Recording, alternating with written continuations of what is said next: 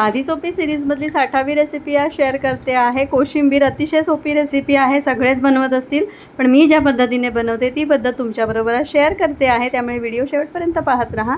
इथे काकडी घेतली, त्याची सालं काढून घेतली आणि असे बारीक तुकडे करून घेतले। त्यानंतर बीट देखील मी सालं काढून घेतली आणि जितकं बारीक कट करता येईल तितकं बारीक मी हे कापून घेतलं आहे। इथे मी मुद्दाम या भाज्या किसून घेत नाही आहे, नाहीतर काकडीला पाणी सुटतं आणि त्यासाठी मी या भाज्या चिरून घेते आहे। फक्त त्या जितक्या बारीक चिरता येतील तितक्या बारीक चिरण्याचा प्रयत्न करायचा, म्हणजे काय होतं त्याचा क्रंचीनेस छान लागतो, खातानाही त्या छान लागतात।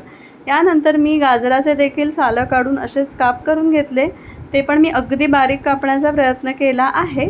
आणि इथे तुम्हाला हवं असल्यास तुम्ही इतर भाज्या देखील वापरू शकता। इथे मी 3च भाज्यांचा वापर केला आहे आणि त्यानंतर हे अशा प्रकारे मी गाजर बारीक कापून घेत आहे आणि हे सगळ्या भाज्या मी आता बाउलमध्ये एकत्र करणार आहे।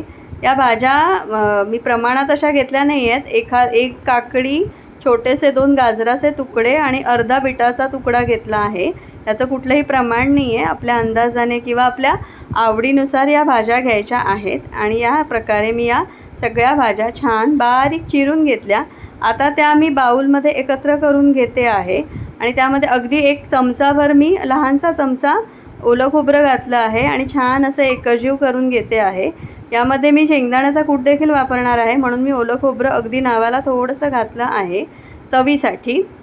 ओलं खोबरं घातल्यानंतर यामध्ये चवीपुरतं मीठ घालायचं आहे, थोडं काळं मीठ घालायचं, त्यामुळे चटपटीतपणा येतो।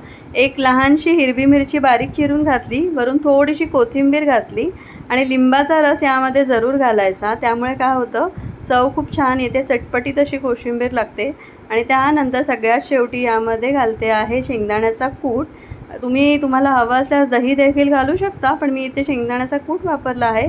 चिमूटभर साखर घालायची आणि त्यानंतर छान असं हे एकजीव करून घ्यायचं। एकजीव केल्यानंतर ही जी कोशिंबीर आहे ना, ती तुम्ही फ्रीजमध्ये देखील ठेवू शकता किंवा बाहेरही अशीच ठेवली तरी छान लागते। आणि त्या मस्त असं शेंगदाण्याचा कूट घालून एकजीव करून आपली कोशिंबीर खाण्यासाठी तयार आहे। अतिशय साधी सोपी रेसिपी आहे, पण खूप छान लागते। जेवणाबरोबर, वरण भाताबरोबर ही खूप छान लागते। नक्की करून बघा, कशी वाटली कमेंटमध्ये कळवा। आवडली तर चॅनलला लाईक करा, शेअर करा, सबस्क्राईब करा। थँक्यू।